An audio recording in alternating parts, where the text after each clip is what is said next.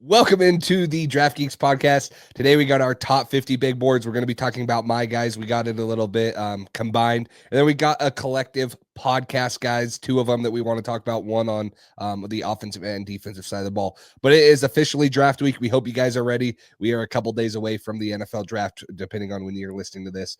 And that's the pinnacle of all this. So a couple more episodes, this one and a mock draft. And then we are to the actual 2025 NFL draft. So hope you guys are ready because the Draft Geeks podcast starts right now.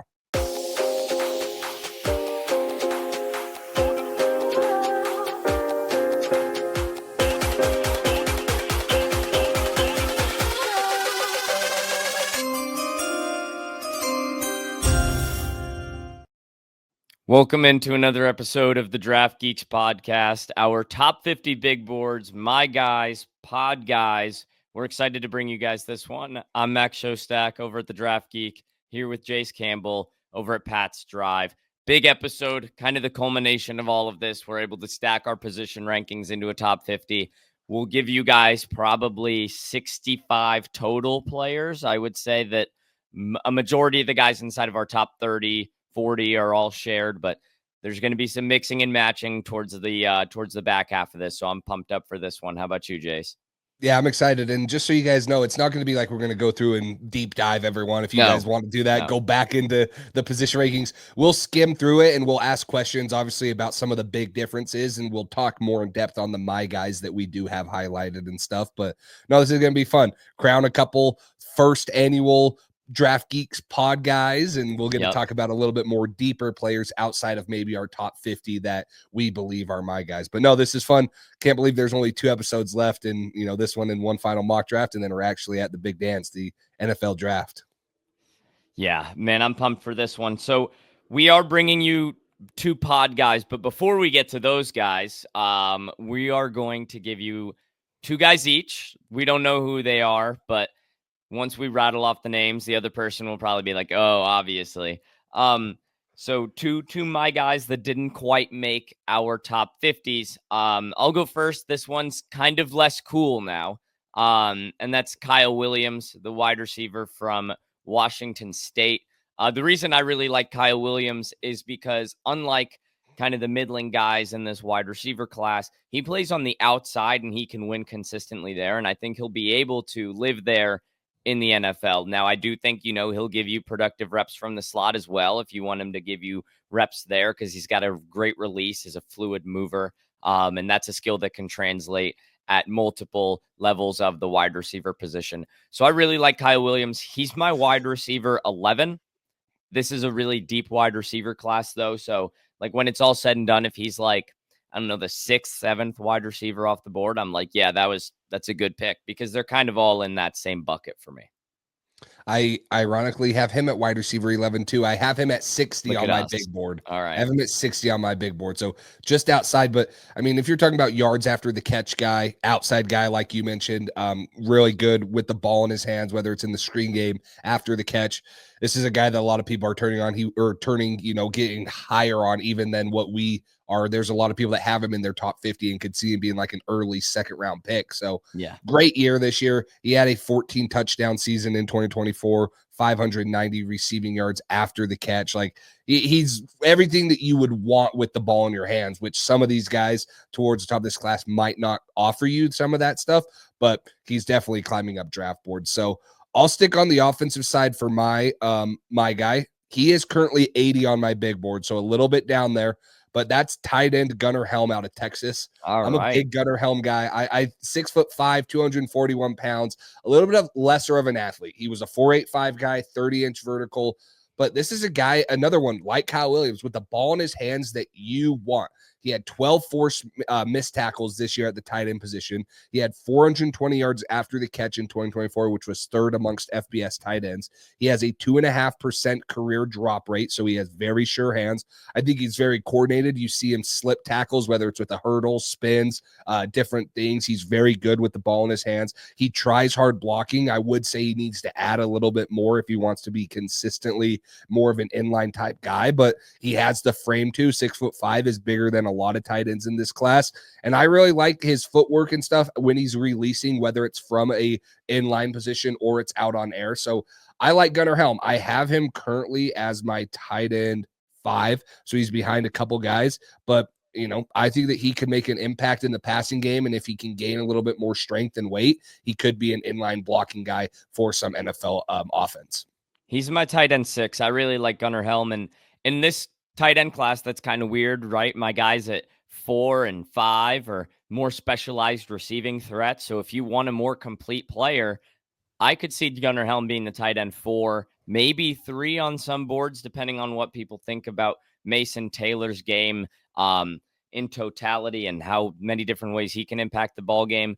But Gunnar Helm, I really like him as a receiver, and I think he has the functional strength to develop into a good blocker. While that's not a strength of his game right now, I could see it being that down the road. I think he's got the chance to be a really high-end tight end 2, and when you talk about somebody being a really high-end tight end 2, all they have to be is in the right situation, and boom, they end up being the tight end 1 on their team, and they can take off and elevate their game to the next level.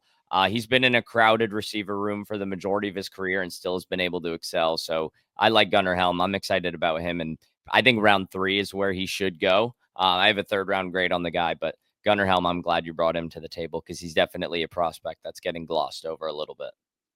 Yeah, I mean, this is a pretty deep tight end class. Like I think if I'm looking at my position rankings, like him, obviously Harold Fannin has a role to play in an offense, and then Terrence Ferguson has a role too. There's 7 tight ends I'd feel comfortable drafting. So a little bit of a deeper one, Don't but sleep I agree on Mitchell Evans.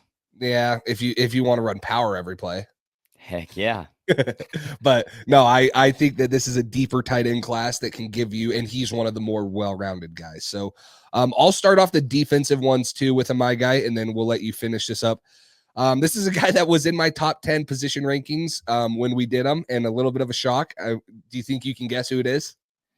So in your top 10, so that eliminates linebacker and DBs because we did top 8 for linebacker and 12 for DBs. So he was in your top 10s. Is it Femi Oladejo? It is Olufemi Oladejo. This is a guy that right. Senior Bowl defensive player of the game, 9.3% run stop rate, which was 15th amongst edge rushers. He had 13 and a half TFLs this year. This is a guy that's a former off-ball linebacker converted to edge, a little bit of an older prospect. I have him currently at 59 on my big board. But I think he can develop into a good pass rush specialist too. Or sorry, not specialist, but pass rusher. He's still learning pass rush moves and off the edge. That's kind of his biggest knock, but he has range as a former off-ball linebacker. He's physical versus pullers. He has very powerful hands. He has a good build for the edge, 33 and 3/8 inch arms. So he's long. I think he uses his speed to power well. He's twitchy. He can get around blocks. He can get through blocks. So I think if you get this guy with a defensive coordinator, defensive ends coach that can develop his pass rush game, he has a go-to move or something, he could have a high upside. So I have him at 59 on my big board, but a guy that I was within the top 10, I believe he's at edge 8 for me. I'd have to go back and look at all that, but I think he was at edge. Let's see, edge 9. Right. He's edge 9. All right. Edge 9 for me. But snuck him in there. I think that he has a high upside there. So I would put him as my guy for me. So he's my edge 12, but I do think we kind of see the vision similarly. I don't think he's playing great football right now, but I do think, and I think he likely goes in the second round because of his ceiling. He's got the athletic ability. He's shown flashes as a pass rusher. He can give you really good coverage snaps because of that off-ball linebacker background, which is something that I think is really helpful. So his versatility and the fact that he's a raw player and he's a good athlete. So that's kind of what the NFL gravitates to, after the, Abdul Carter all the way down to the Donovan Ezerakus of the world are off the board. When you're talking about projection, Femi Oladejo is one of the better players in this edge class in terms of future projection, long-term projection, because in a bucket of pass rush specialists with Josiah Stewart and Princely Umanmielen, and then you got the athletic freaks that you don't quite know what to do with, is do you want Landon Jackson or do you want to let your staff develop a guy and have that be Femi Oladejo. So exciting player for sure. Best football has to be ahead of him. But I do think that I knew it was going to be your guy because I know you're a little bit higher on him than me, but certainly an exciting player. I'll return the favor. See if you can guess this guy. It's a player who, then this is a major hint, a player who I had outside of my top 12 when we did the episode. So it's a corner. It's a DB, I should say. Outside of your top 12. He was outside of mine, so it can't be him. You had him there.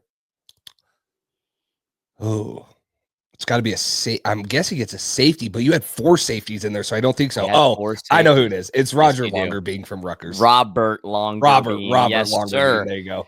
Nickel press man guy. I love his physicality. He's got to put on some weight, like we talked about in the DB episode, and that's a huge must. And listen, there's always a red flag when you're like, oh, you have to put on some weight because you're hovering in the 175, 180 range, and you were in a D1 football program and you couldn't get to like at least 185 on the Rutgers strength and conditioning program, which if you've been, scouting and watching football for long enough, is a pretty dang good program. Those guys have some built players, Holland Pierce, Kyle Monungai, trucks, 1 offensive tackle, 1 running back. And then you got Robert Longerbeam, but he's got the attitude. And that's something I look for in a corner. If you see it in a wide receiver, sometimes I'm like, okay, cool. But personally, when I see it in a wide receiver, I'm like, oh, this guy would really stink to sign a second contract for, because seems like he's got the attitude. But for corner, I just want you to piss off the wide receiver. And that's what Longerbeam does. I think he's got good body positioning, fluid hips. He's a really physical player, talks trash after the play. He's going to get some pass interferences called on him because there are times where, he takes that physicality and then just grabs, and you can't do that at the NFL level. They will call you. And then I want to see him improve in the run game. Excuse me. But when you're profiling a 175-pound, 180-pound corner, you're not looking for somebody who's super stout in the run game, but I want to see him get his nose in there just a little bit more. But Longerbeam in a deep corner class, right? I have Hairston at 9, Morrison at 10, Dorian Strong at 11, and then give me Longerbeam. I think he can make you a little more multiple, bring a little attitude to your defense. I'm a sucker for those kind of guys. I mean, culture guy. He's going to be a special teams guy too. He yes, has played a ton of special teams. That's probably what he'll get on the field for early in his career. But again, plays bigger than what he actually is. I think that the narrow frame, small or lighter frame is a little bit of the question again for me, and maybe a little bit. Question. I mean, because he's going to be a slot corner, which there's obviously a need for that, but he's going to be asked to tackle a little bit more than some of the outside corners, but he has the physicality, he has the willingness to do it. So yeah, I was a little bit lower on him than you. I had him at corner. Well, I mean, geez, I forget we did the DBs and stuff together. I almost called him my corner 17, but he's my DB 17. And I was like, wait, no, you do not have a corner 17 as your my guy. Yeah, no, he is my DB 19 right now. And I mean, that's with safeties and stuff. I have a couple safeties ahead of him. And so I like him if he can figure out that, and he is, I will say this, he is 24 already. So a little bit older guy. That's a little bit of a worry. If he was like a 20-year-old and he's like, oh, I haven't gained weight, you'd be like, okay, but dude, you're 24. You've been out of your parents' house for 6 years. Like, how can you not gain weight? Maybe. Yeah, we don't know. But yeah, I mean, how can you not gain weight? Is there something there? So that will be the question there. But let's move on to the pod guys. So we have one offense, one defense guy. We'll start on the defensive side, and I'll let you talk about this. Let me flip the camera. We'll save the best for last. We know who the real pod guy is, but we can't get over this defensive player right here. Yeah, you go ahead and take him away. So what is he on? He's not in your top 50, correct? Because we didn't. DJ West is not in my top 50. He is the interior defensive lineman out of Indiana. We'll really pause real quick for the graphics promo. If you are listening on Spotify or Apple, you're going to want to hop over to YouTube for this one, especially because we have graphics for the pod guys, and we'll have graphics rolling by for our 50 through 41 and our 40 through 31, etc., all the way down to 1 with our My Guys highlighted. So if you want to keep track of that all in your head, God bless you. But you're a lot smarter than I am. Yeah, you can do that. But if you want to keep it all in front of you, you can hop over to YouTube, subscribe while you're there. If you're not on YouTube, make sure you're subscribed where you're listening to your podcasts. We appreciate you guys. So does CJ West, because we're giving him the love. The sawed off, shorter in stature, and bigger in waist size interior defensive lineman out of Indiana.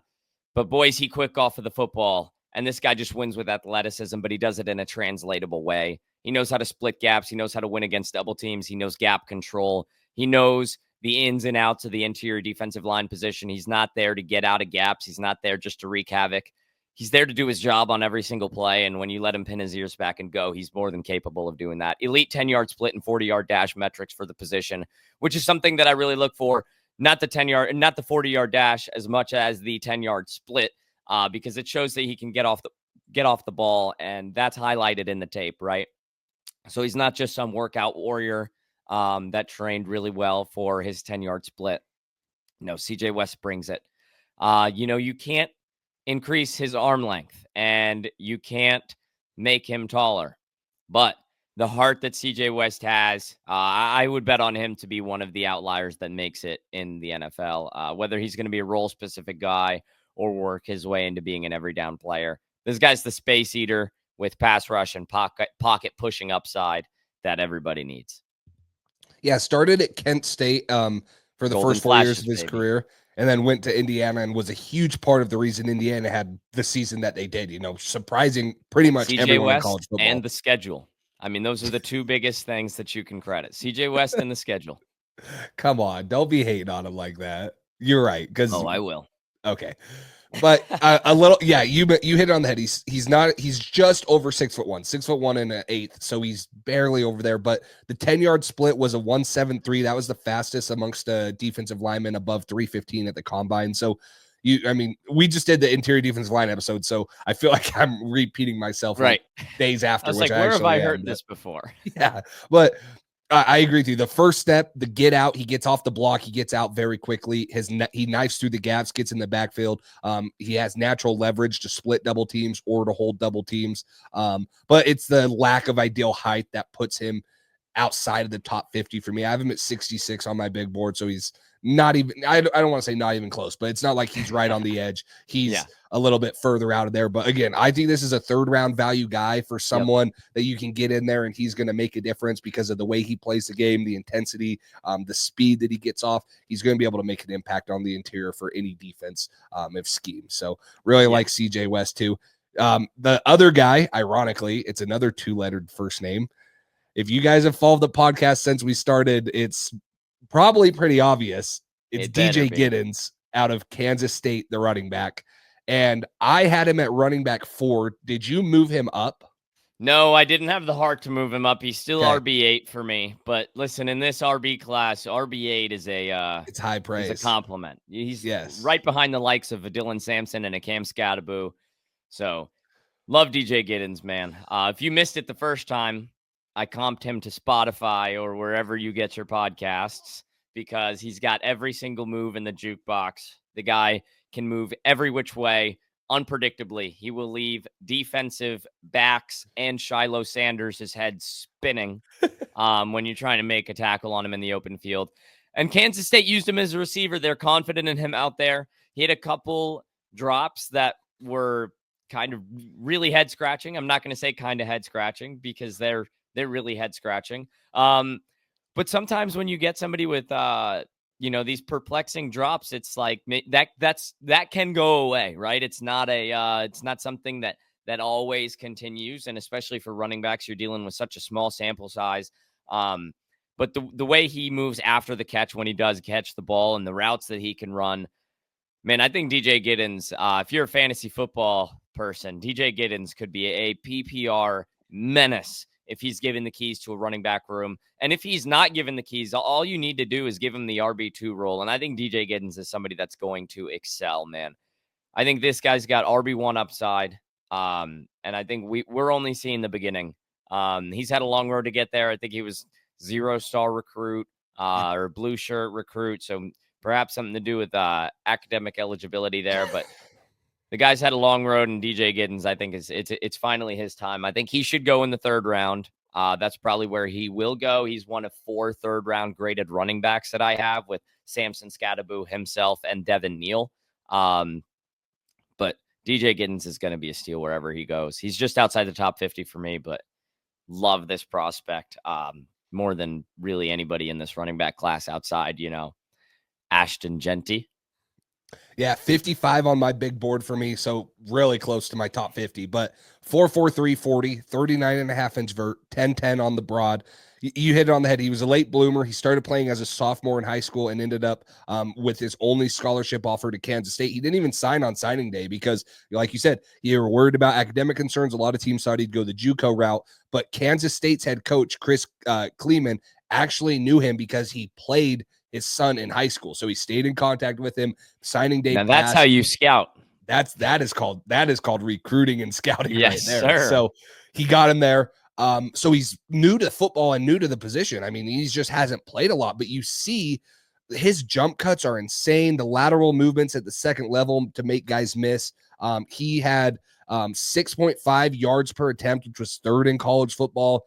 He was 6th in the country with 4.16 yards after contact per attempt, 25 carries of 15 plus yards. You see the lateral short area explosiveness. My biggest knock on him is he does get caught at times. He doesn't really pull away from defenders. He's so quick. He gets through the initial line and he gets out in front, but guys can take advantageous angles and get on him and track him down. And the other thing is, what was his touchdown number? It was like 4. Oh yeah, he had like 2 or 4 touchdowns this past year. It was seven rushing touchdowns and 1 receiving touchdown. So 8 total touchdowns. 8 total touchdowns, 7 rushing touchdowns. Is that 13, on his career? No, that's in 2024 is what okay. I'm seeing. He had 23 career rushing touchdowns. So 6 in 2022, 10 in 2023, 7 last year. But still, 7 is like, for a guy that is as good as he is, I'd like to see maybe a little more usage at the goal line, quickness. Not the biggest guy. He's barely over 6 foot and he's 212 pounds. But I think that the explosiveness, the ability with the ball in his hands to get out and, make guys miss is what the NFL scouts will look at and why I have him so high too. Yeah, and I think, regardless of what the touchdown number is, I think there were too many plays where inside the 5-yard line he got stopped and one-on-one situations. And look, I think what sets him apart and this is kind of in a wrong way from guys that I alluded to earlier, and really specifically like a Scadaboo type, is the guys that are just going to win in 1-yard situations. Those 3rd and 1s are game-changing plays. Yeah. If you don't convert your 3rd and 1s and you have to punt on 4th and 1, that's game losing stuff right there. So I'm not saying DJ Giddens is like going to go out and lose you the ball game in that aspect, but perhaps the best fit is for him to land with a player that, thrives in those kind of situations. So DJ Giddens, I mean, a guy that you and I absolutely love. He can get it done after contact, right? Which is kind of weird because in the open field, he'll get it done after contact. But I think when he has less of a route to escape on the goal line, less of a place to go, has to be a north-south runner. Maybe that's not where he excels. But he's not going to lose you yards going east to west. He's just going to make one east cut and then go upfield. And he doesn't have the Travion Henderson, Dylan Sampson home run speed, but he's got the extra gear to capitalize on making you miss. If he didn't, we wouldn't really be talking about him right here. But DJ Giddens, you heard it from us first when he is in the Hall of Fame. Yes, when he's won. He broke Emmitt Smith's rushing record. And by the way, it has to be a recess football Hall of Famer. Oh, dude, there's no way. There's no way when he was playing like two-hand touch, anyone ever got him. No way. I mean, the nurse's office probably got more people in there than he got tackles. Just scraped knees all the way up to like some little Jimmy tore his ACL. Yeah, he probably broke so many little kids' ACLs running around. I mean, kids don't have ACLs at young ages. Maybe they all just were breaking their knees, but they didn't have anything. But yeah, all the Band-Aids were used because of DJ Giddens.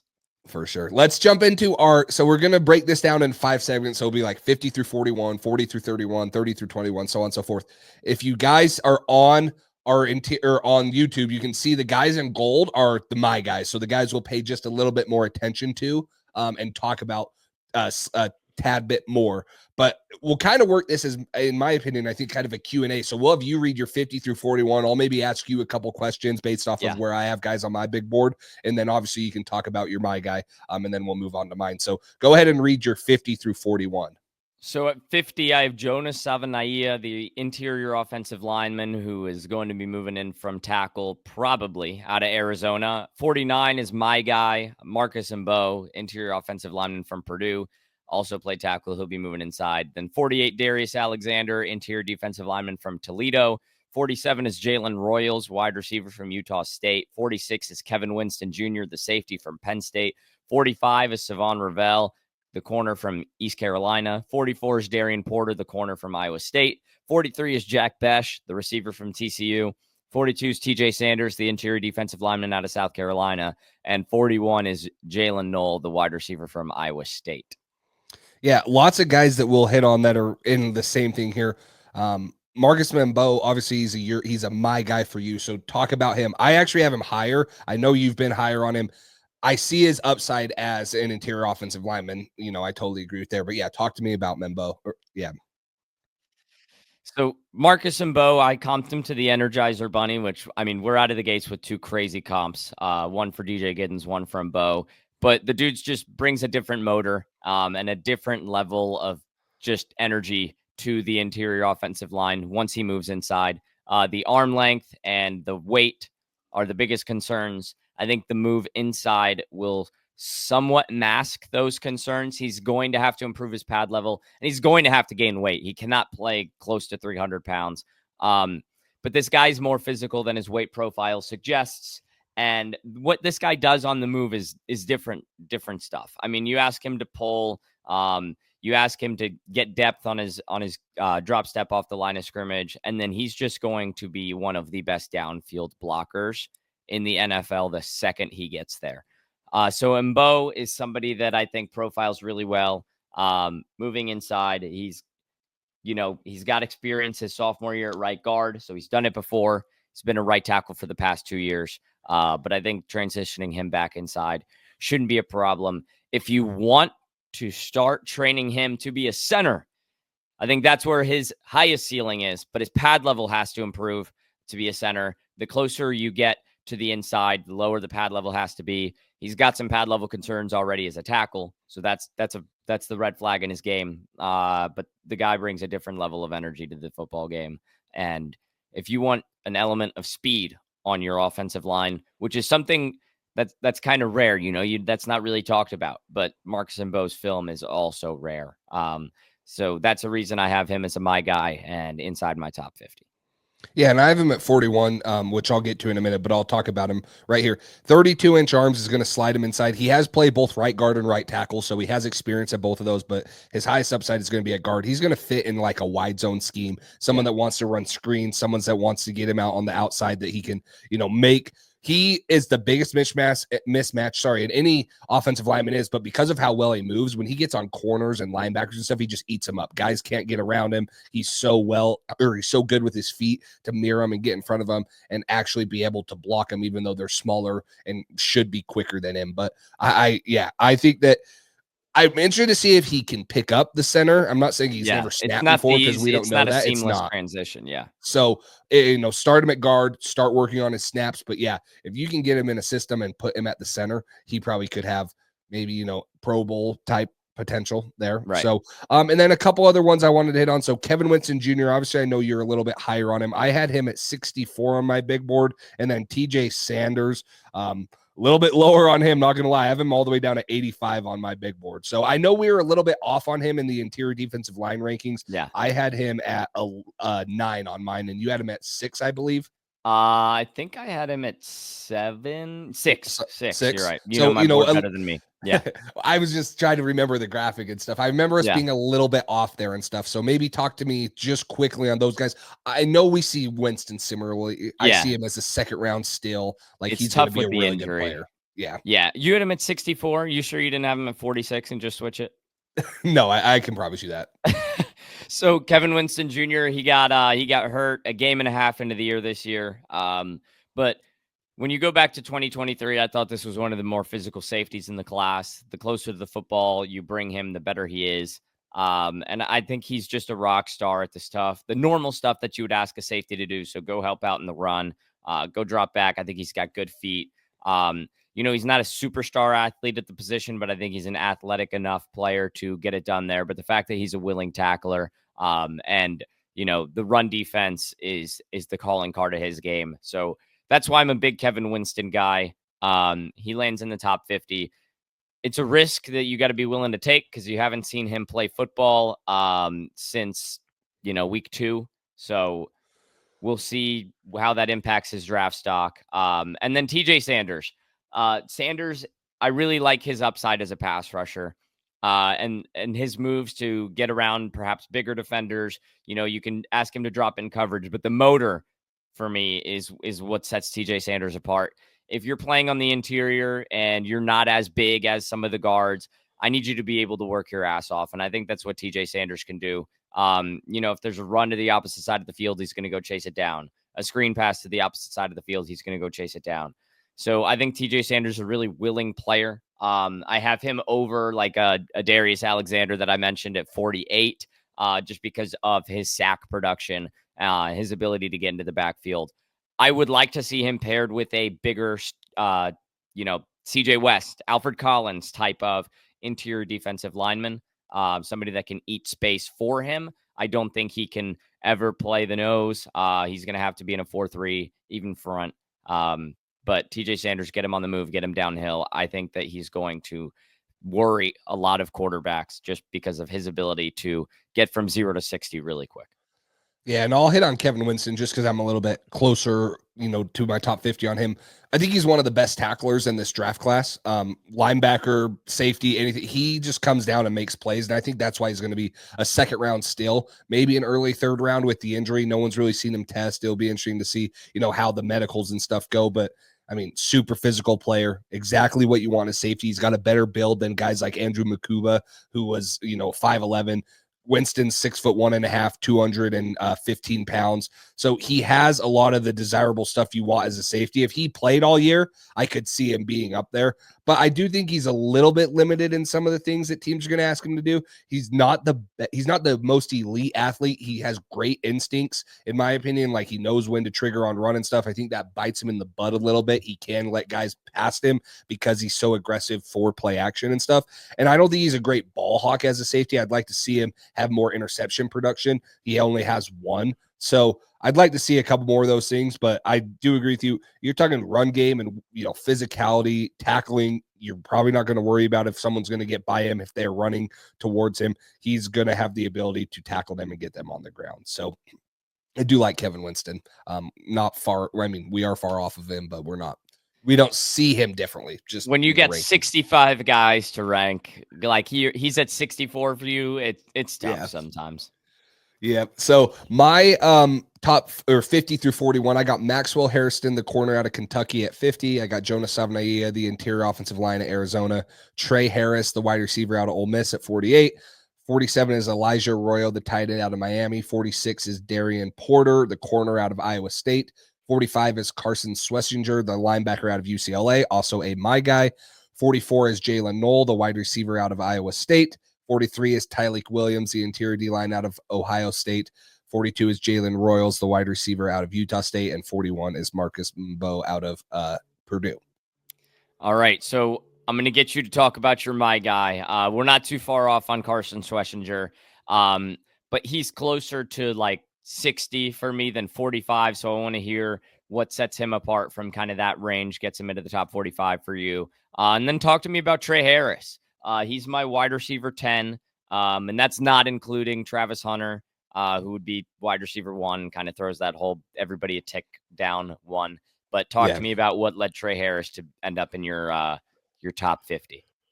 Yeah, so sorry, excuse me. My guy Carson Swessinger, 6'2.5", 242 pounds. He had the second best pass rush grade amongst linebackers, which was 90. He had a 7.6% missed tackle rate, 21 conversion stops, which was 7th. I think he has great instinct. He puts a target on the ball carrier and goes. He hunts them down. His ability to close, his closing speed is top notch. He covers ground, takes his shot in the run game. He's willing to say, okay, hey, maybe I will not make this play. but he's super aggressive and he wants to take advantageous angles, try to find the best pass, force TFLs. He's a reliable tackler. I think he's a special, well, I don't think so. He is a special teams ace. He is going to be on multiple special teams units no matter what or how many snaps he's playing. That's how he's made his name at UCLA. Super fluid hips. I think that he's really good if you want to play him in like Tampa 2. You want to run him deep into the middle of the field, and he's got a super high motor. A little bit lighter. He played at 225 at UCLA, but he weighed in at 242 at the combine, so that's a good sign right there, but he did play a little bit lighter. His hands aren't the most violent, more of a finesse guy right now. And, get disengaging from blocks is a little bit of a struggle, but I like his athleticism. I like his ability to cover, his, ability in zone coverage. And then the special team thing, not a lot of people think about it, but I do think that some team will say, hey, this guy's going to give us a really good identity on special teams. He's also going to be a contributor on defense. So that's probably why I have him at 45. And then for Trey Harris, just a bigger bodied guy, 6'2", and 3/8, 205 pounds, 3 straight seasons of 900 plus yards. He was the highest graded player versus man coverage, according to PFF. He ran a 4.54. So I honestly was maybe anticipating a little bit faster, but he's got the frame to be an outside X receiver. He's got really good body control. His length at the catch point is ideal. The route running for his size is good. The only problem is Ole Miss didn't ask him to do much. He ran about 3 routes at Ole Miss. So that's another one of my concerns why he's a little bit lower is what does his route tree look like when he's asked to run an NFL route tree? Can he do all the different things that NFL wants him to do? It was very simplified for Ole Miss. And that's the same thing, talking about Jackson Dart is, hey, he wasn't asked to do much. He wasn't asked to read very much. It was kind of a very advantageous offense with Lane Kiffin at Ole Miss. So that would be my concern. A little bit older too, 23, has had a couple of drop problems, but he's also really good at contested catches. He has 48 in his career. So a guy that's bigger frame can go up and get it. That I think has the ability to translate it to the NFL if he can figure out the route tree. And that's a big concern for me. I'm not saying it isn't, but that would be my biggest thing on Trey Harris. Yeah, it's a tough prospect to kind of work around because, he was never going to be able to run the full route tree at Ole Miss. That's just not how they operate. So it's like, how does that translate, right? And last year there was, the Brian Thomas Jr. He didn't run the full route tree. He was thought of as a one-trick pony. Go balls, gets to the NFL. He can do it. So it's kind of tough. Teams have the advantage to know more than we do because they get to bring these guys in for private workouts, really see how they move. But I was expecting more explosive testing numbers from Trey Harris, which is why I'm kind of like, maybe he can't do it. But, Trey Harris, one of the more tough prospects to work around just because, there's a lot of unknown to his game there. But I'm glad we got to talk about him because he is definitely an interesting high ceiling player. Yeah, I really like him. And then just a couple other guys. I mean, similarities we have. We're really close on Jonas Savanaia. I think he's a good swing offensive lineman. He's going to play interior, but he can play both. He has the arm length of 34 plus, so he can play both there. I want him at tackle if there's a problem. Yeah, you would want him at tackle more than like a Marcus Membo or Embo or someone. Yeah. Like you can trust him out there a little bit more there. And then we both had Darian Porter in this group, the alien out of Iowa State, who was a receiver when he first got there and corner now here. Jack Besh is another guy. We don't have to talk about him too in depth. I have him right outside. He's at 56, but that's a tough receiver that does a lot of really good things. So, excited about we had Jalen Knoll. I had a 41, 40. You had 44. Jalen Royals as well. So lots of similarities in this group.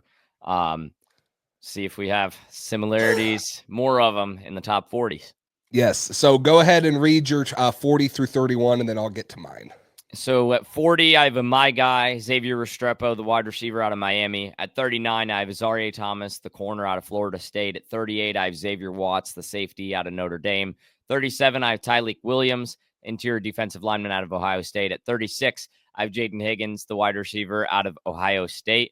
At 35, I have Gray Zabel, the interior offensive lineman out of North Dakota State. 34, I have Derek Harmon, the defensive lineman out of Oregon.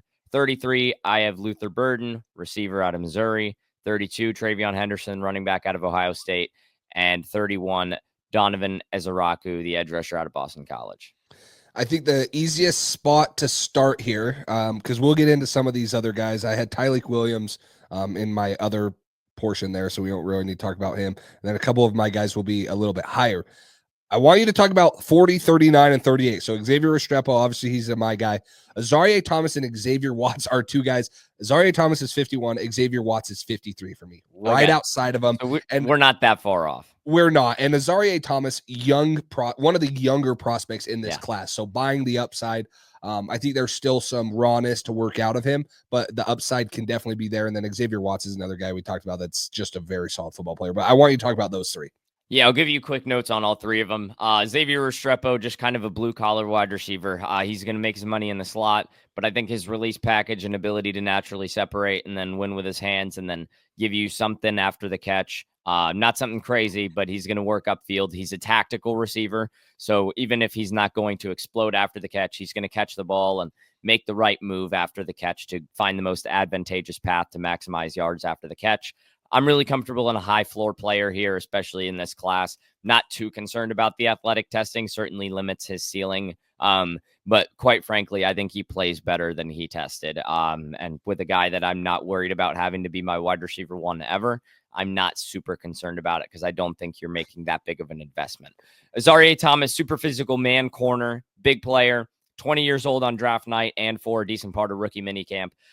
So Azareye'h Thomas, somebody I'm willing to buy into. Just for perspective, he is my cornerback number 5. So right behind the likes of well, you know what? You got to wait. We'll get to all of those guys. Azareye'h Thomas, just the youth of this player and then the flashes, but it's really more than flashes. He's shown some significant, superstar potential. I think you could get a steal on him in the second round. I could see him going in the first round because of his age and athletic ability. That's kind of right up the NFL's alley. Xavier Watts at 38, really high floor player, and the ball production as a safety is what you're really looking for. He has 13 interceptions over the course of the last 2 years, and it's not some, luck sort of stuff. I think Xavier Watts has a knack for being in the right place at the right time. Not a freak athlete and not an insane tackler, but he knows how to take the correct angles, very calculated with his movements, cerebral player, which is absolutely something I look for as a safety. You need instincts to play this position. It is not a position with an athletic testing correlation. There are no measurement thresholds. You have to be instinctive. You have to know how to get the ball. You have to be able to tackle enough to be a safety. Xavier Watts checks enough of those boxes to be a top 40 player for me. Yeah, and I definitely see the upside of Azareye'h Thomas. The reason I want to say I'm a little bit lower on him is I felt like there's just this long speed's a little bit of concern. He's a big, tall athlete who moves really well for his size. I think he has good, strong hands, but I think his Unreal feet are impressed, a little bit. by the way. I left that out. Yes. And that's why I have him probably at 50 because I value press man corners a little bit more. So and they need long speed less. You know what I mean? Because if you're going to win off the ball, you limit the amount of time the receiver has to run a route before the defensive line gets there. So if you're going to have worse long speed, be a press man corner. For sure. And I thought he struggled in and out of breaks, feet and change of directions in and out of there were a little bit of concern. He left a ton of interception production on the field. And I did think, and this is all developmental stuff because he's 20 years old. I didn't think he was very physical in the run game. I didn't think he came down, tackled very well. So some of my concerns there. Xavier Watts is another guy I'm just right under there. The ball hawking skills are super intriguing. 7 interceptions in 2023, 6 in 2024, 27 PBUs in the last 2 years. I really like him. Anticipation, super fast. I thought he played faster than his timed 4.58 speed. Really good run pass read. So really like that. Xavier Restrepo, I'm sorry to bring it to you. He's at 75 for me. I see the really high floor. I do. Yeah. There are more exciting players in this class. I think the high floor and the limited ceiling are very close to each other. Like what you see is what you get, and that's not bad. For a third round, 70th pick overall, I'm fine with taking that. But I don't see the upside like I saw with like a Lad McConkey last year or some of those guys where you're like, oh man, I love this. The testing numbers are a little bit of a concern for sure. I wouldn't put all the stake on that because the film is still very good, but the limited NFL, I don't think he's I don't want to say he's a bad athlete, but I don't know if he's an average NFL athlete. He just knows how to win, knows how to get open, tough as nails, and catches the football consistently. So he's a below average NFL athlete because the average NFL athlete that at the receiver position is insane. And then I was going to say one more note on Azareye'h Thomas. I think he's big enough to like be a better tackler in the run defense, but also an insight on this process for us is like the age right there. That's the difference between the Robert Longerbeam that we talked about at the top of the show with a 24-year-old being a like deep cut my guy and Azareye'h Thomas being at 39. Totally agree. 40 for me is Travion Henderson, the running back out of Ohio State. So you have him at 32. We're right there. 39 is Tyler Booker, the interior lineman out of Alabama. 38 is Nick Scorton, the edge out of Texas A&M. 37, Shedeur Sanders, quarterback out of Colorado. 36, Ariante Ursary, offensive tackle out of Minnesota. 35 is Trey Amos, the corner out of Ole Miss. 34 is Donovan Ezeraku, the edge out of Boston College. 33 is Matthew Golden, the wide receiver out of Texas. 32 is Walter Nolan, the interior defensive lineman out of Ole Miss. 31 is Luther Burden, the third, the wide receiver out of Missouri. So no my guy in here for you, which means I get to ask the questions. I have like 2.5 questions for you. Okay. You gave me 3, so I'll give you 3. Tyler Booker is my 51, so we're not very far off on him, but I want to hear your 2 cents on him real quick. Shedeur Sanders at 37. He is not my 51. He's not in the top 60 for me either. Listen, when you play quarterback, I value the positional value of good quarterbacks. That's kind of how I do my big board. If you're a good quarterback, you get to have positional value. But the minute you transition away from somebody that I think is a startable player in year one, then the positional value kind of hurts you on the other end. So want to hear your take on that. And then Ariante Ursary is another guy that's right outside of my top 50. But I just want to hear you talk about him real quick. Okay, so I'll start with Tyler Booker. I think that we're lower than a lot of people, honestly. Like 39 is probably lower than what a lot of people actually have him at too. So I think that this is a really strong, powerful interior offensive lineman, and that's all he is. He is a finisher. He's nasty in the run game. I would want him in a gap scheme. I think his play strength and arm length is ideal for the interior. He can double team. He can move guys off the block. I struggle with the athletic numbers where he's going to be asked to, hey, if you have to reach block or outside zone. That's why I don't know if he's necessarily a fit in there and why I'm a little bit lower. But if you're just saying, hey, we need this guy that's just going to be physical and a thumper and a bruiser on the inside and tone setter, I think that Tyler Booker can be one of those guys. And so I think that he has that value there. Shedeur Sanders is tough. I don't see him as being a top 3 pick. I hope he is for the Patriots' sake. I don't see him being a top 3 pick. I don't see him being a first round pick. But again, I have him at 37 here. I think if he were to fall at 37, and I know that this is not how big boards work. I'm just saying, like if he's there, like I think the Giants would snatch him up in a heartbeat. And so the positional value does play in a little bit more for me. I wouldn't say he's a fully ready NFL quarterback like Cam Ward is, but I think that you can put him in and he would have a little bit more success than say like a Will Levis would when they threw him in there and things like that. So I think he's a little bit more ready. Polished mechanics. He led the FBS with 74% completion percentage. I think he has good anticipation. He was running for his life back there as the Colorado quarterback. He can scramble. He can extend plays. Sometimes he was over aggressive and tried to make too much happen, and that resulted in some of his bad throws. But he's a good football player. I mean, as much as everyone wants to knock on it, he's smart. He's been in, with his dad, who was a great NFL player. He's been around the game. Like, he has the football IQ. So get him in a system, let him learn that. There's obviously some things that I think he needs to clean up. I don't know if his the ball, he doesn't have like elite arm strength. The ball doesn't jump out of his hands. He's not going to overpower anyone there.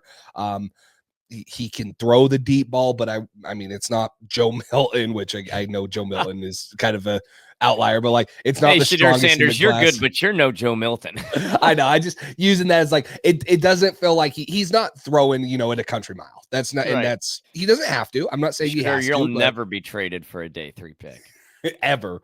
You're gonna get drafted here and be a 7th round pick. But and then, like I said, I think he can hold the ball and try to extend the play too much, and that's one of his bigger knocks. But positional value there, and then Ariante Ursary, again in a class that doesn't have elite length like you would want at the offensive line position, a 6'6", 330-pound guy with 34-inch arms.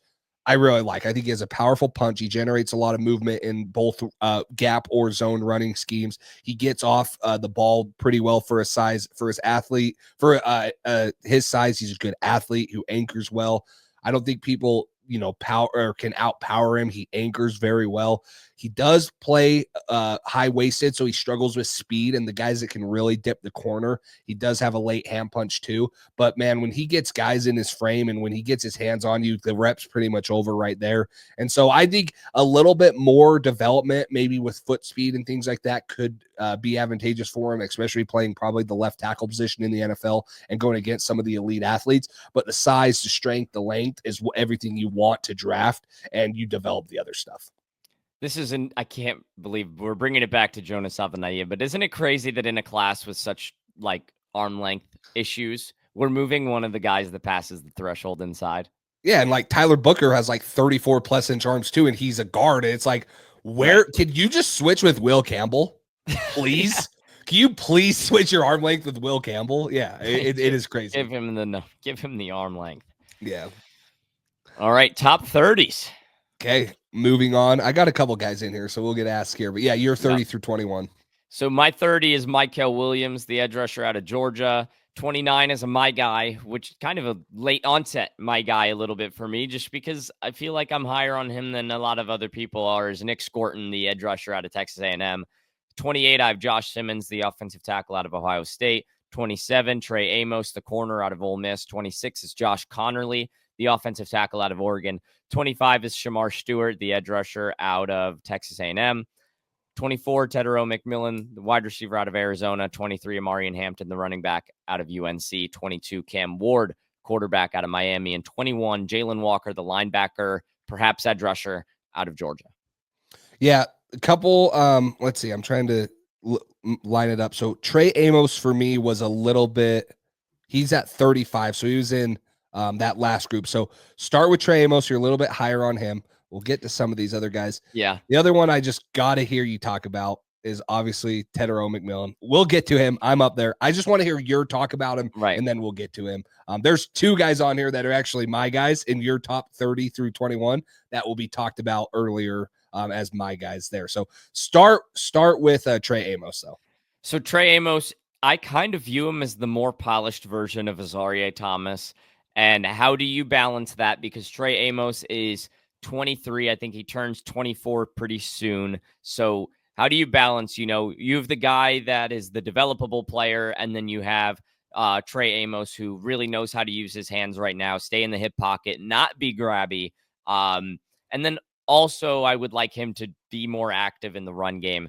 But I think Trey Amos, the polish, I think he's ready to get out there on day one, where I'm less comfortable with Azareye'h Thomas playing that role. So that's why I have Trey Amos at 27. If I see a startable corner, I'm going to be pretty high on him. And then Tetero McMillan, big-bodied receiver, super good above the rim. You can't take that away from him. I just don't like his ability to separate. Not that that's necessarily going to be his game, but at the NFL level, you got to be able to do it to some degree. And that's not to say that he can't, but I would like to see it more consistently.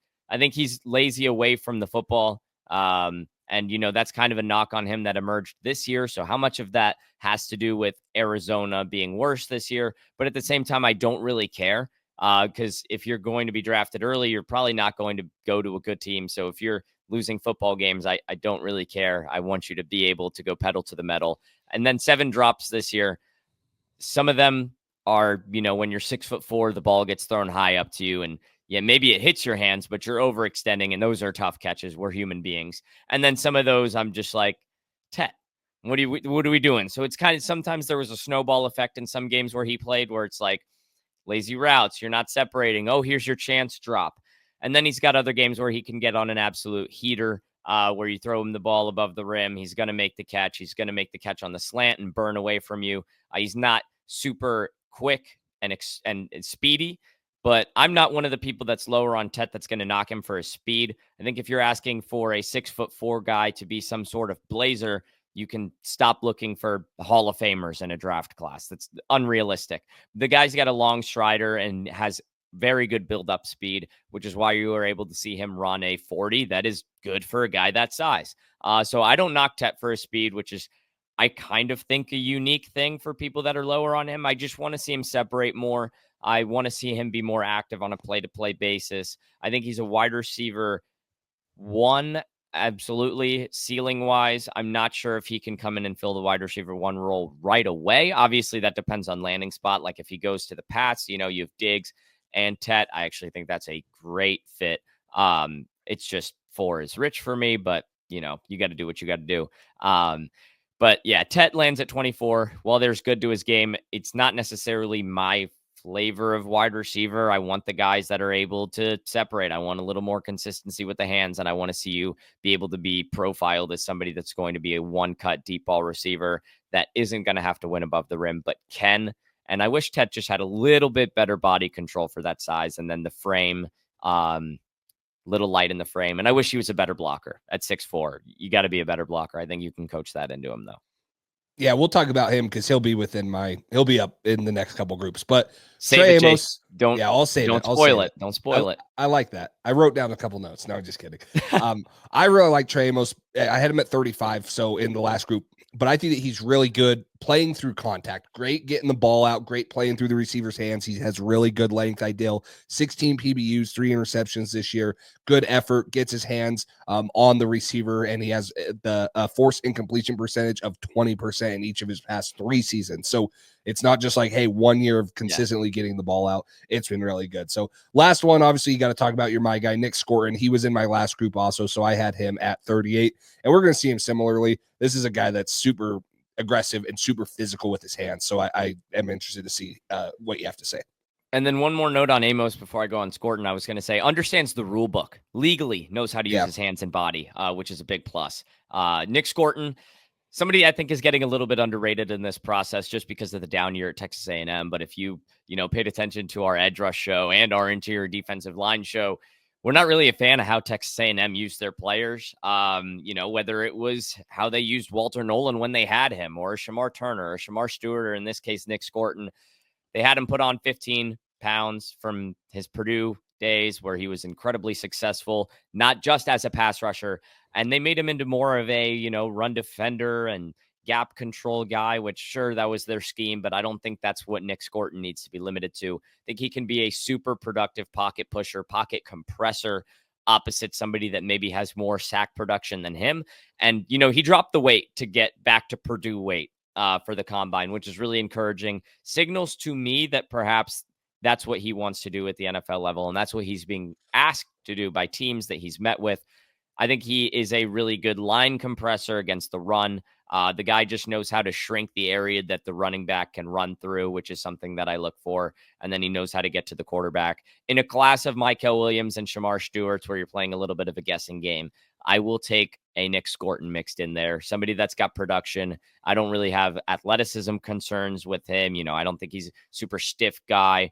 He's not the athlete that Mykel and Shamar are. But I think he's certainly an athlete enough to get it done at the NFL level. That's what makes him top 30. I do have him below his teammate Shamar Stewart because I think he's an alien.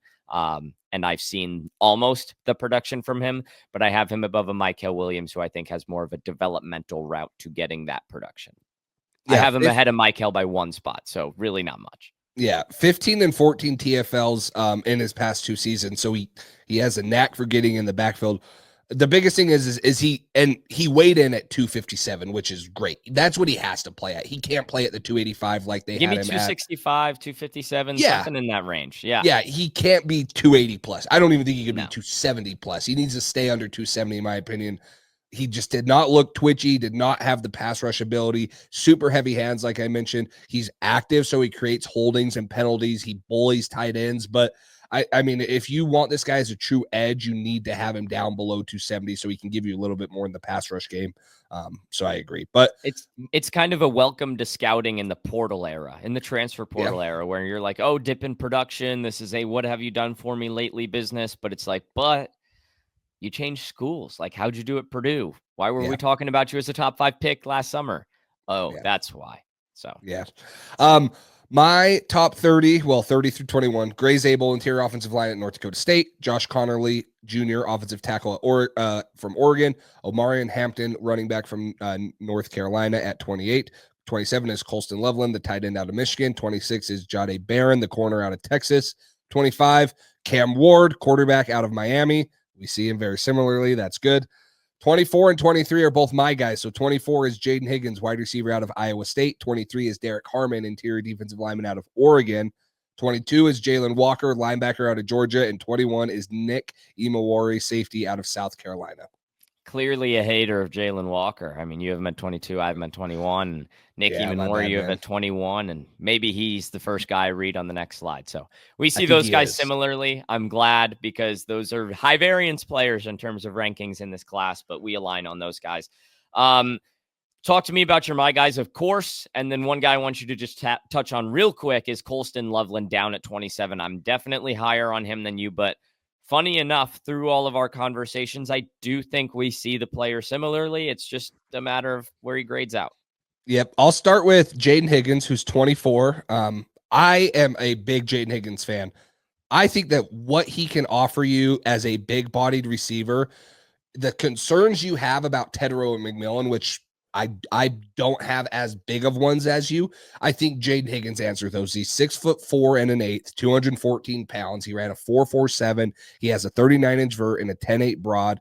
He was the highest graded receiver in college on PFF. He had 9 touchdowns, over 1,100 yards.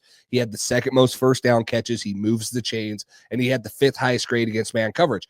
The concentration, the catch radius as a bigger bodied receiver. He only had 7 drops in 4 years. He has great hands, plucks the ball out of his hair or out of the air. He can use his hands to catch it outside of his frame. Also, high IQ. I think he finds holes and sits in the zones very well.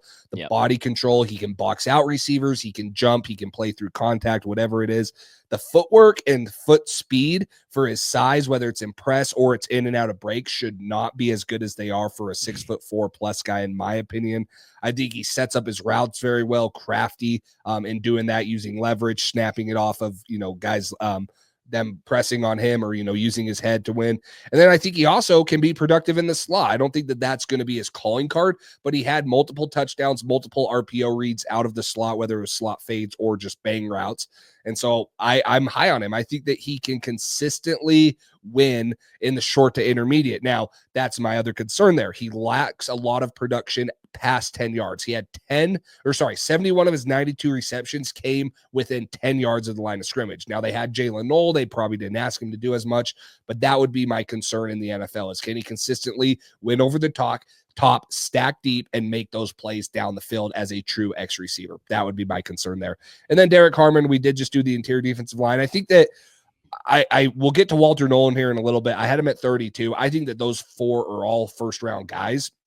But Derek Harmon maybe sat a little bit better with me when I watched him. A 17.6 pass rush win percentage. He's big and long. He's 6'4.5", 34 3/8 inch arms. This dude moves well. He has great length and quickness. His first step and initial quickness out of his stance is very similar to what we saw with CJ West. He just gets out. He makes guys miss with his hands, or he can make them miss just with his quickness, the ability to turn his hips and get vertical. He just beats guards. Like, they are not quicker than him. He is longer than them with the 34 3/8 inch arms, and he's quicker than them. They just have a hard time blocking him. He has great upper body strength to disengage guys, interior offensive linemen. He can press them and get them off.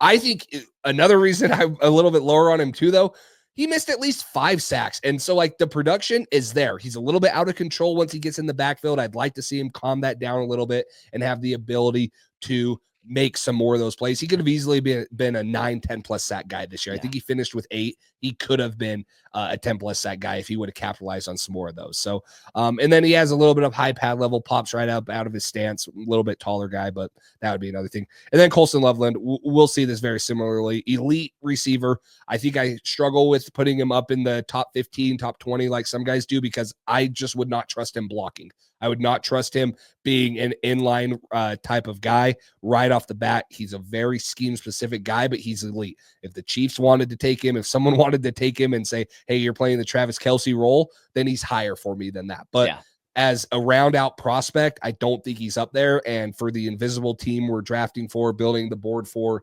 and we're looking at all that stuff, hey, I don't think he's as complete of a prospect as some of these guys I have ahead of him at any position.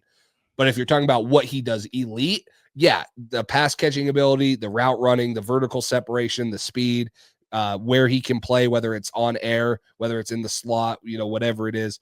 I really like all that stuff, but it's the well-roundness of an athlete, of the position he is, the inability to block at this point in his career, and probably the development he needs to have in the run game. I like what you mentioned with Higgins about, a lot of the production close to the line of scrimmage. Not to say he can't have it further away, but part of the concern there. Harmon, the missed tackles, why I'm a little lower on him. Really like him overall, though. And then we'll get to Loveland for sure. Because I am some guys when you said some people have him in their top 15, 20. Wow. So let's go there. There we go. Our 20 through 11. You can start. So my guy, year 21, my 20, Nicky Minori, safety out of South Carolina. 19, Matthew Golden, wide receiver out of Texas. 18, James Pierce Jr., the edge rusher out of Tennessee. 17, Emeka Egbuka, the receiver out of Ohio State. My wide receiver 1, you're actually higher on him, though. 16, Walter Nolan, interior defensive lineman out of Ole Miss. 15, Mike Green, edge rusher out of Marshall. 14, corner out of Texas, Jahdae Barron. 13, Will Campbell, the offensive tackle, maybe offensive guard out of LSU. 12, here I am, Colston Loveland, tight end out of Michigan. And then 11, Kelvin Banks Jr., the offensive tackle out of Texas. Yeah, so we'll go, you're my guy, Nicky Minori, yeah. Matthew Golden, because I have him down in the 30s. And then hit me with, gosh, there's a lot we could actually talk about in this group. Let's start with those two, and then I might ask a couple questions after that. Ask away, man. So we'll start with Minori.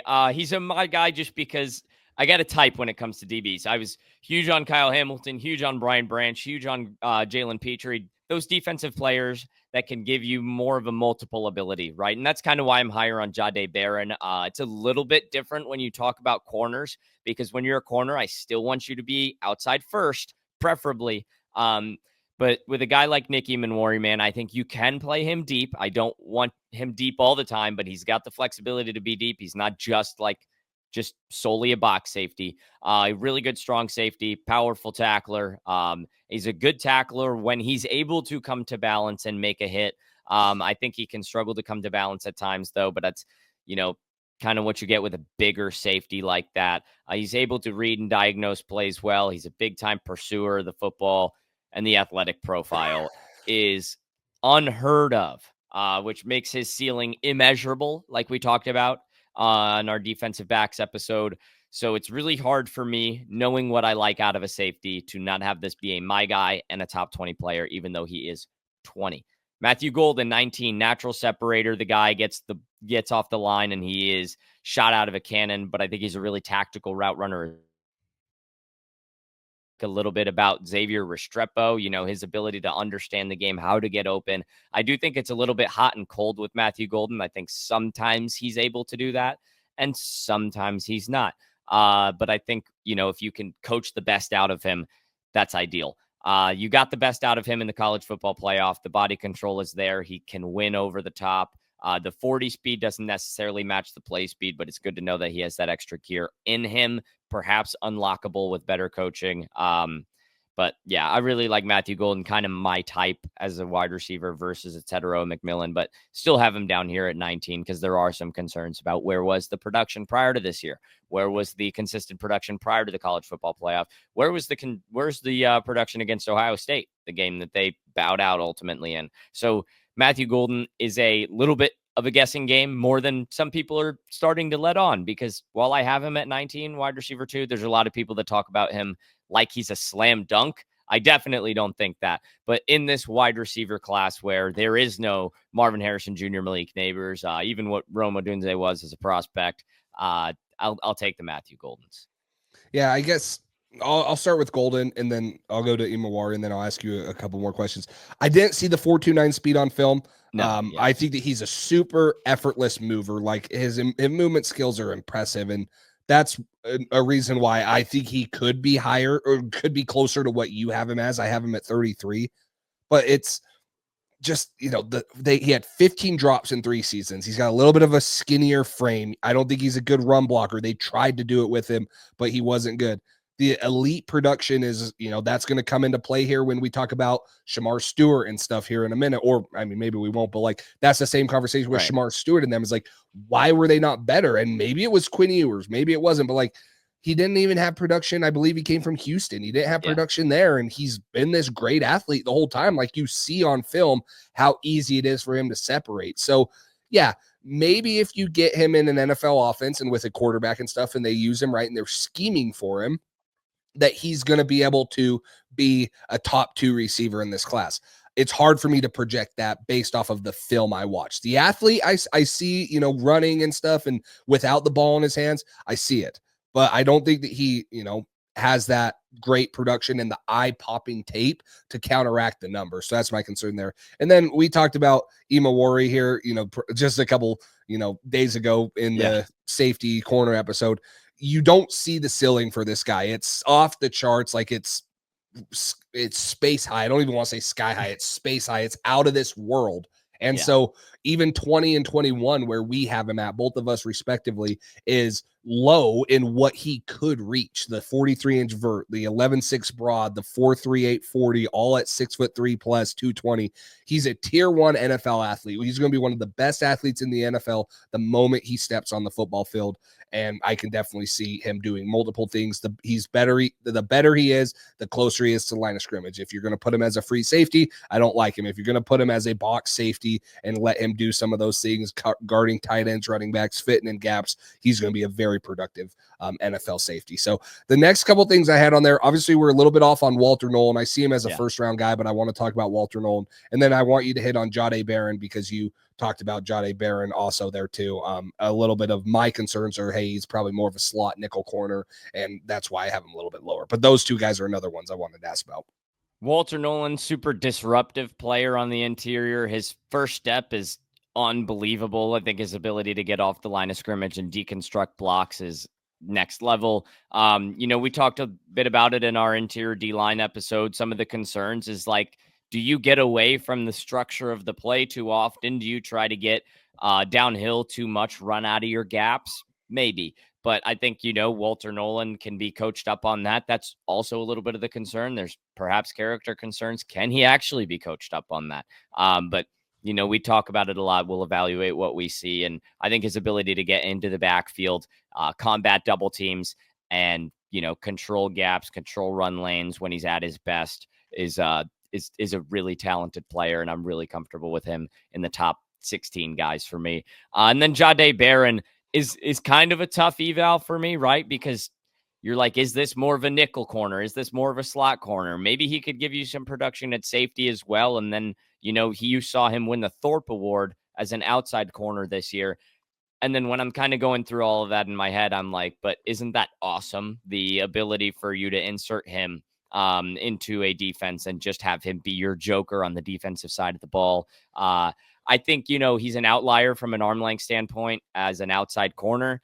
I wouldn't like, it's not the same for me with offensive tackles. I don't think you have to like let him fail there first, but I think you can give him reps both inside and outside. And if he shows you he can win outside, that's tremendous value. You know, there's rumors he's going to go at 6 to the Raiders.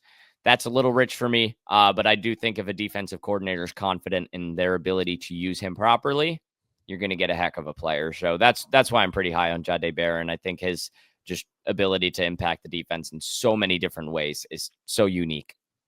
Yeah, 5 interceptions this year, 16 PBUs. I think he has a very high football IQ. He reads and reacts quickly, and why I'm a little bit lower on him, he's best in zone coverage and best as a slot corner. I think he's really good as a blitzer. He shows up in the run. He can make offensive line miss with his savvy moves and make tackles. His closing speed and breaking speed is elite. The concerns there is, I don't think he's quick. I don't think he's necessarily explosive. I personally didn't see the 4.39 40-yard dash on film. I don't know what it is with the Texas guys. You know, I would have said Isaiah Bond was the fastest guy on Right. Texas, and he ran the slowest out of these guys. So I didn't see his speed on film either. I think that he plays with his eyes in the backfield too much, which is why I'd like him in zone. He wants to read the quarterback. He wants to break downhill on balls. And then he also panics when he's running and the ball is behind him and he's trying to play the receiver. He can panic and get a couple penalties. So I like his athleticism. I love his ability to play in the nickel blitz, give different looks, what he can bring to a defense, but I don't think it's top 20 worthy, in my opinion, and how I would want to build my defense. Scheme fit, could it be? 1,000%. There's defensive coordinators that would use the heck out of this guy, and he would be a great player. Scheme-wise, how I would want a defense, I'm, a man coverage guy, big press things. I would not want him there, but I definitely see his role in the NFL. So, and then I said, ask, did you want to add anything more on Colston Loveland that I didn't say because you have him at 12? I mean, I think the only thing that maybe is the differentiator between where I have him and where you have him is I think when you go back to 2023 and watch the film of, the team having better players around him, I thought that the blocking kind of went up a notch from 2023.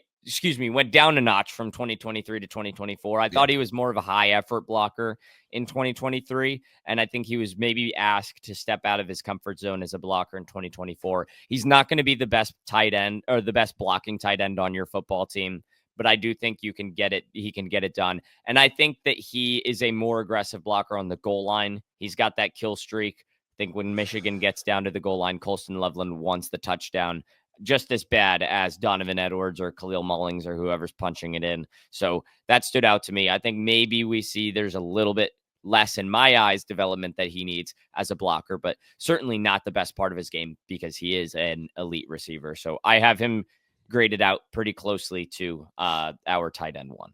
Yeah, you need him to be in a scheme with another or another blocking tight end, or get a bigger tight end next to him. Before the Evan Ingram signing, like the plethora of blocking tight ends that the Broncos have, that's like what I'm looking for. For sure. That's why we've said, hey, I don't know if the Colts I guess because they have blocking tight ends, but the scheme doesn't match up. No, I want them to play in a downhill scheme that runs the football. I don't want them to be forced to throw the football because they don't have anybody on their roster that can do that. Because I'm not trusting Anthony Richardson to hit the red side of a barn. So, yeah. But okay, my 20 through 11, I have Kelvin Banks Jr., offensive tackle at Texas at 20, 19, Shamar Stewart, edge at Texas A&M, 18 is Michael Williams, edge from Georgia, 17 is my guy, Savone Ravel Jr., cornerback from East Carolina, 16 is James Pierce Jr., the edge from Tennessee, 15 is Emeka Buka, the wide receiver out of Ohio State, 14, Kenneth Grant, interior defensive lineman out of Michigan, 13, Mike Green, edge out of Marshall, 12, Armand Membu, offensive tackle out of Missouri, and 11, another my guy, Josh Simmons, offensive tackle from the Ohio State University. All right, I love it. So we'll get into your my guys, Ravel and Simmons, and then we see guys like, James Pierce, Emeka Buka, Mike Green, pretty similarly, even down to Membu. I'm about to get to him.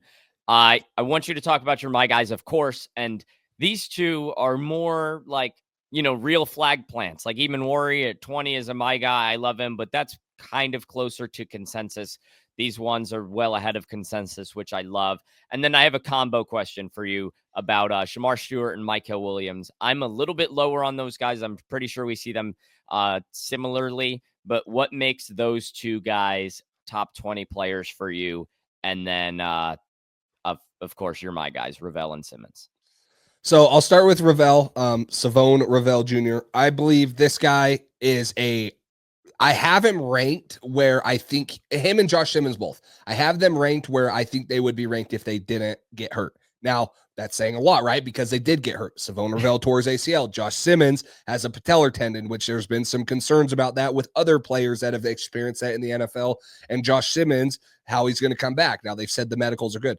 For me, Savone Ravel's an alien, right? You talk about like Darren Porter at the cornerback position. Savone Ravel is a guy that, man, I don't think he even knows how athletic he is. The size and the speed are elite for the position. His arms and wingspan are longer than any cornerback that was drafted in 2024.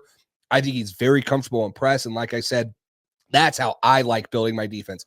Big, long, physical press man corners that can lock up a side of the field. And I believe Savone Ravel can do that. He gets hands-on. He disrupts routes. He escorts guys to the sidelines to take him out of the play completely. The recovery speed, if he does get beat, he can just track him down willingly. It's crazy. He's a playmaker. Love what he does with the ball in the air. Good tackling, wraps, and take his shots.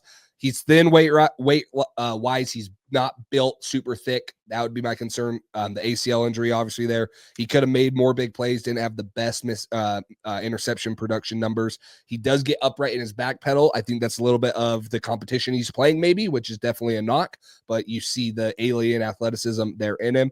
And he is 24 years old, coming off of an ACL. What's the future like? Is he going to get to a third contract? That would be the concern. Josh Simmons for me, offensive tackle number one, if he stays healthy. 6'5", 317 pounds. He has 31 career starts. He had 18 at left tackle, 13 at right tackle when he was at San Diego State. But this is a loose, fluid, athletic guy with really good feet, good change of directions, the foot speed to, be able to mirror offensive linemen. I really like there. I think he's powerful in the run. Great inside hand on his strike. He can keep his hands independent. He doesn't need to get both of them engaged and lock his hips. He stuns defenders with his hand strikes. He has a good pop there. I think he has a high IQ. He passes off twists well. You can see him recognizing it, communicating it, and his first kick step is very good. He doesn't let the guys that do have the elite speed get on top of him, and now he's losing because he's not high enough. But I think that I was a little disappointed in the length of his frame. I thought that for what he looked like on film and his size, that he was going to have bigger than straight up 33-inch arms. That's what it was on the dot.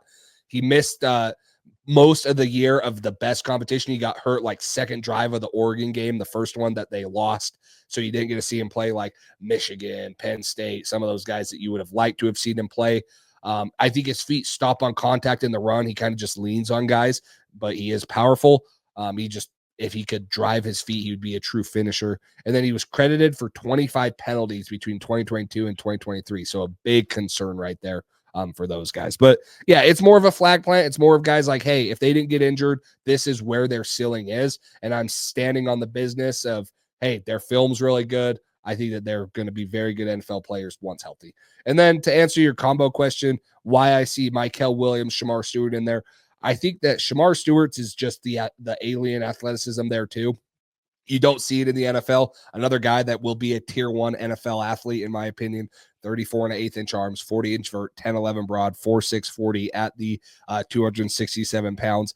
He's a traits over production guy, and that's why I don't have him as high as some people. Some people are saying, oh, the Panthers will really like him at 8. I could see him going there. I don't know if I would take him that high because the production isn't quite there. That's kind of a concern for me there. And then Mykel Williams, another guy, big, long, 34 and 3/8 inch arms. He sets the edge very well. He's got an NFL ready frame. He uses his length very well to shed offensive linemen, violent hands to throw him off. Very good run defender. He's another guy. He's not even 21 years old yet. So a young guy that can develop into something very good, has some traits there. He had a 2.4% TFL rate, which was top 15%. But he lacks the true pass rushing, which is why I don't have him above James Pierce, Mike Green, Abdul Carter, which we'll get into. He doesn't have that quite thing, but I think what he offers you in the run is why I have him comfortably at my number. What is that, 18?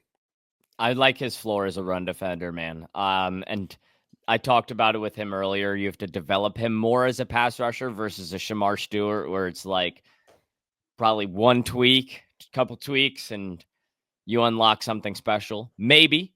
So I like them in that spot. I don't think we're too far off on them. And then Ravel, I think he moves like an athlete, relies on his athleticism a lot, which isn't necessarily a bad thing because he's a freak athlete. I just wish I got a prospect, A, that wasn't hurt this year, and B, wasn't 24. His, athletic profile, production profile, I wish it was more younger player, more developable at the NFL level. But, I have him at 45, which means I don't dislike him as a player. You're just much higher on him than me. But hey, that's what we're here to do. We're here to plant flags. And then Josh Simmons, I really like him as a pass protector, man. I think he's best suited for an offense that likes to throw the football.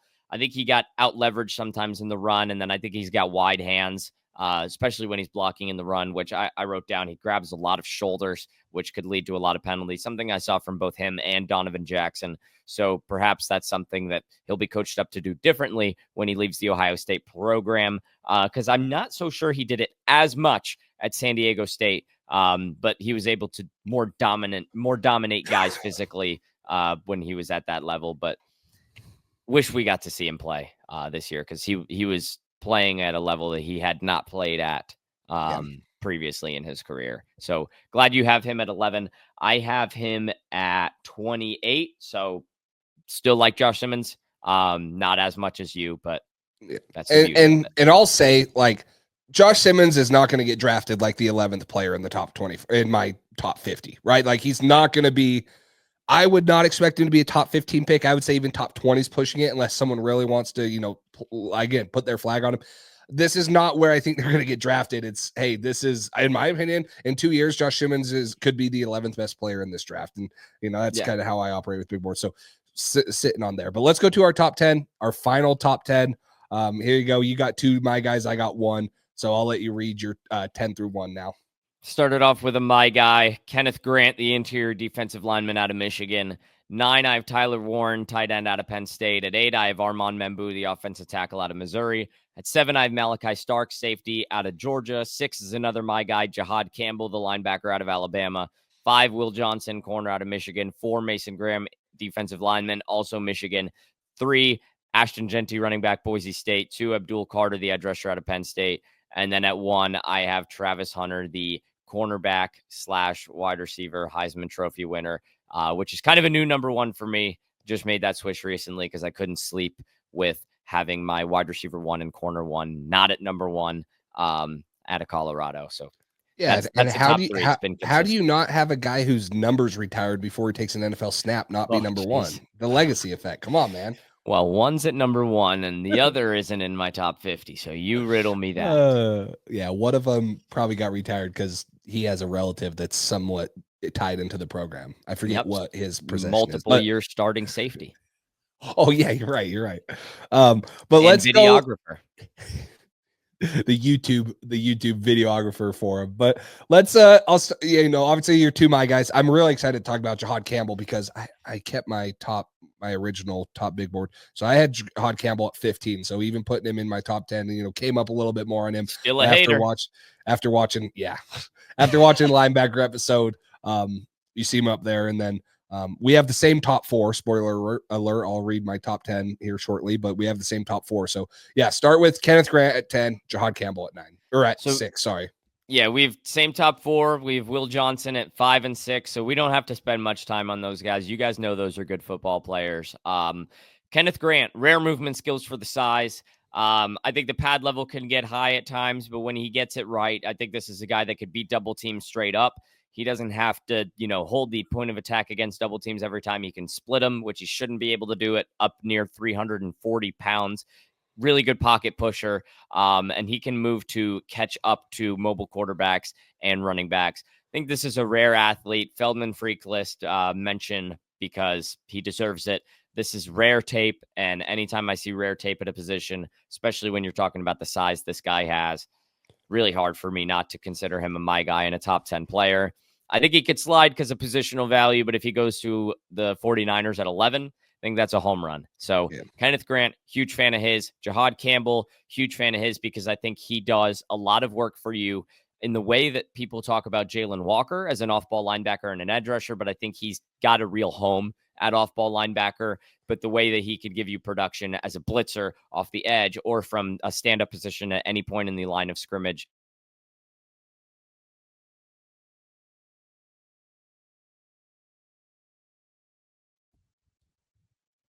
Ball right now.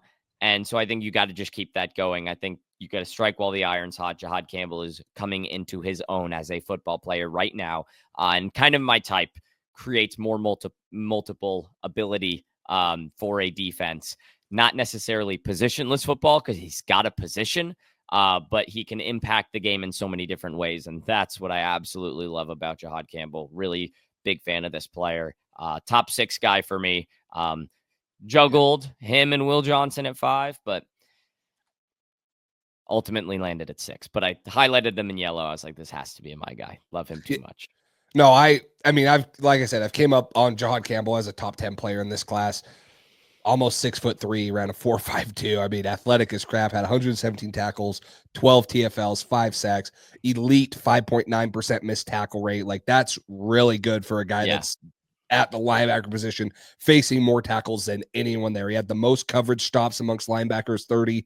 He's got the ideal size for an NFL linebacker, both height, weight, and length. He gets in throwing windows because of that length. When he's in pass drops, he beats O-linemen with ease.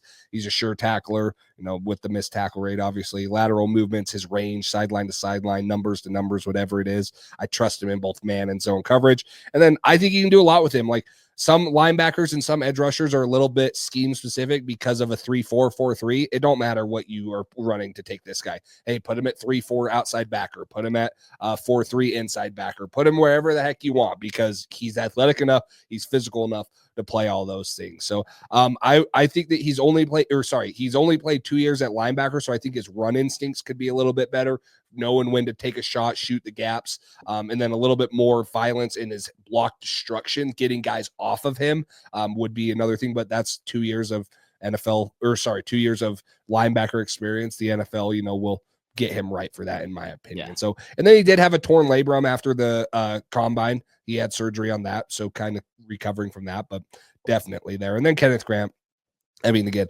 4 interior defensive linemen for the first round is what I think could go, and what I would feel comfortable with. Go. I think Derek Harmon's going in the first round. I only have 3 first-round grades on interior defensive linemen, but Derek Harmon's, I mean, he's at 34 on my big board, so I have 20 first-round grades, so he's 14, one of the first 14, 15 guys just outside of that. So, yeah, like all 4 of those guys. I mean, Kenneth Grant, wide body D-line, flexible. He can shoot gaps even at 6'3" plus. He hustles. He has natural power behind his hands. He knocks down balls, 10 PBUs in the last 2 years from the line of scrimmage. You hit on it. He was 3rd on Feldman's freak list. There's a lot to like about Kenneth Grant. And like I said, I think that if Mason Graham isn't there at pick 11, which I don't think he will be, the Niners will run that card up there and be super happy to take Kenneth Grant there. But yeah. My top 10, Tyler Warren, tight end out of Penn State at 10. Jahad Campbell, linebacker out of Alabama at 9. 8 is Malachi Starks, the safety out of Georgia. 7 is Will Campbell, the offensive tackle out of LSU. Offensive lineman, I should say. Will Johnson, at 6, the cornerback out of Michigan. Tedero McMillan, the wide receiver out of Arizona at 5. And then Mason Graham out of Michigan at 4. Ashton Genty, the running back of Boise State at 3. 2 is Abdul Carter. 1, Travis Hunter. All right. Talk about your boy, and then I got a question for you that I'll save until you're done with Tet. Okay, Tedero McMillan, man. I think this is one of the biggest, how do I say this? One of the biggest victims, that's the word I was looking for, of prospect fatigue. One of the biggest victims of prospect fatigue, in my opinion.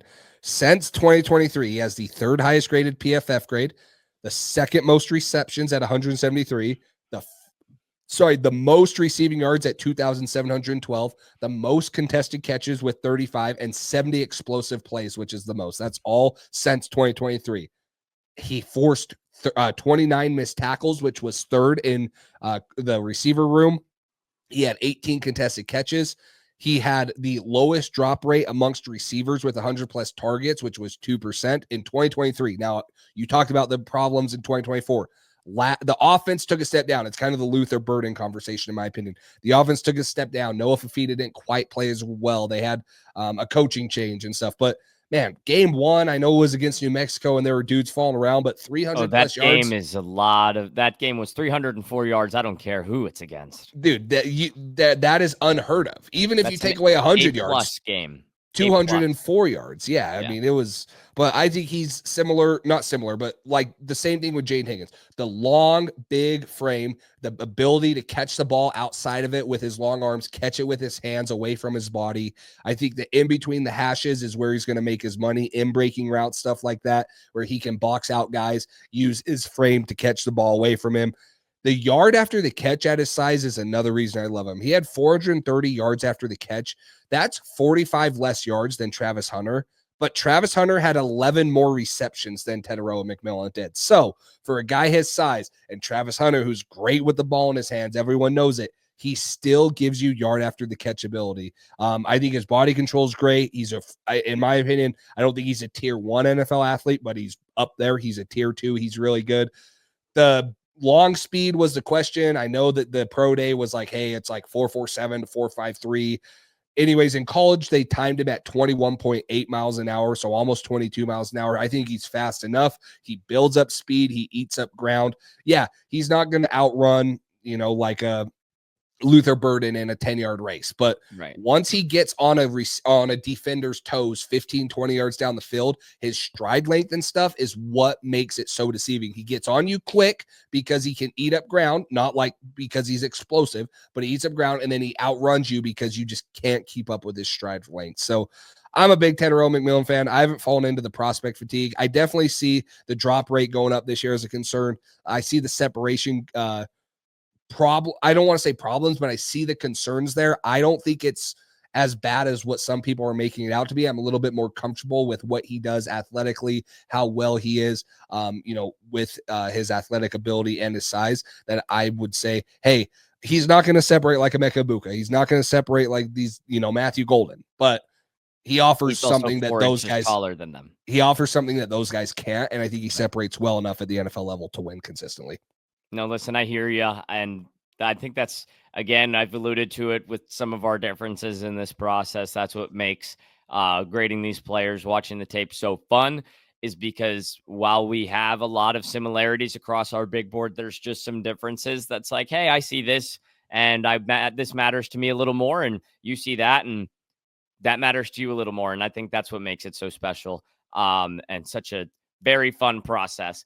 The one question I had for you is kind of just about the construction of your top 5, top 8. When I was putting my board together, right, and obviously I grade the players, so it comes out in a pretty, easy way to just put them in there. But sometimes there's marginal switches where I'm like, sure, I have these guys graded within a point or within a half a point. I'm like, I'm going to switch him because I just like this guy better. The top 3 for me is incredibly easy to put together. Not, I struggled with 1 versus 2, but Yeah. the 3 guys is incredibly easy. Did you struggle at all? Because for me, there's a little bit of a gap with placing Mason Graham at 4, because I was like, is it Will Johnson? Is it Jahad Campbell? And I keep coming back to Mason Graham because the tape is just so exceptional. But I see him, I think, far less as a slam dunk compared to the top 3s. Yeah, there's no doubt about it. Like the top, if you're putting like, hey, tier 1, bona fide top 5 picks, in my opinion, of an NFL draft, not just this NFL draft, but like top 5 grades, I think that Abdul Carter, Travis Hunter are up there. The running back position is a little bit tough for me, but I think that Depends Ashton on the Genty draft is a class, top 5 yeah. talent. If you're taking out position, talent, you're taking that out. But I agree. The drop off is right there at 4. And Mason Graham, Will Johnson, I think the interior defensive linemen are, you're seeing it with the Eagles. You're seeing it with teams like that. If they have the interior defensive lineman, it's so hard. And I think what Mason Graham offers you, how good he's been for 2 years, it's so hard to come by. Now, the measurements, the NFL size, the question marks there can definitely be a concern, which is probably why I have him down a little bit more. But yeah, I can definitely see that. The Will Johnson thing I could see with the injury, Will Campbell, obviously the arm length. So I think that outside of the top 3, there's question marks on all those guys, right? Mason Graham, the size. Tannero McMillan, you're like, oh, is his speed really what they said it was? Yeah. Will Johnson, the injury. Will Campbell, the arm length. Malachi Starks is, that's another guy I think is getting prospect fatigue. He's a really good football player, but you're like, not less ball not production, but they didn't throw to him as much this year. So, and he's a safety. So, how high do you want to put a safety? Yeah. So I would say I agree with you there. The top 3 guys in this class. Okay. Yeah. It doesn't have a quarterback in there. Cam Ward was the highest quarterback we had. I think he was 26 for me and 22 for you or something. Yeah, something right there. Or he's 25 for me. So but you don't have the Caleb Williams, the Drake May, the Jaden Daniels of this class, right, who I think both of us had them within our top 10, maybe even all of them within the top 5 or whatever. You don't have that. You don't have like a Marvin Harrison. Jaden Daniels? No. Drake May, you're a hater. No, Drake May. I did not have Jaden Daniels in my top 10. Drake May was within my top 10. Yeah. Okay, good. But I mean, you don't have the quarterback position, which would kind of make it a little more top heavy and stuff. But man, the top 3 players in this class are elite athletes. They're going to be really freaking good at this level. Yeah, I've put out a post the other day about 3 blue chip players in this class. And for me, blue chip is, I kind of used to have a blue chip grade. I changed it to like an elite player grade because I think blue chip kind of more so depends on where you are at your position. Travis Hunter's blue chip because we've just never seen him before. Ashton Genty is a rare running back, the second best running back I've ever evaluated behind Bijan Robinson. And then Abdul Carter, I think it's a little harder to be a blue chip at edge just because like he's not Myles Garrett, but I think he's kind of on the lower end of blue chip edge rushers. Like for example, blue chip quarterback is an incredibly high amount of praise. Like I didn't have Caleb Williams as a blue chip quarterback prospect. For me, that was like, Trevor Lawrence was blue chip, Joe Burrow, those guys where I was like fail proof. And Trevor Lawrence is testing every freaking ounce of the word fail proof. But he's still an NFL starter. We'll see what happens. He's kind of the short end of the stick with everything in Jacksonville. This is not the Trevor Lawrence show though. But yeah, so ran through my guys, pod guys, top 50. You got anything else before we wrap this up? We got one more show, 1 round mock draft. We'll probably do no trades, keep it very, very vanilla in that aspect, but it's going to be our final thoughts for each team in the first round. And we will be able to hit every team because there have been no trades yet. Every team has their own slot, which is incredibly unique. Hasn't happened in a number of years. But yeah, really exciting episode to do the first half of wrapping up this draft class. Yeah, no, super excited. This was fun, to see.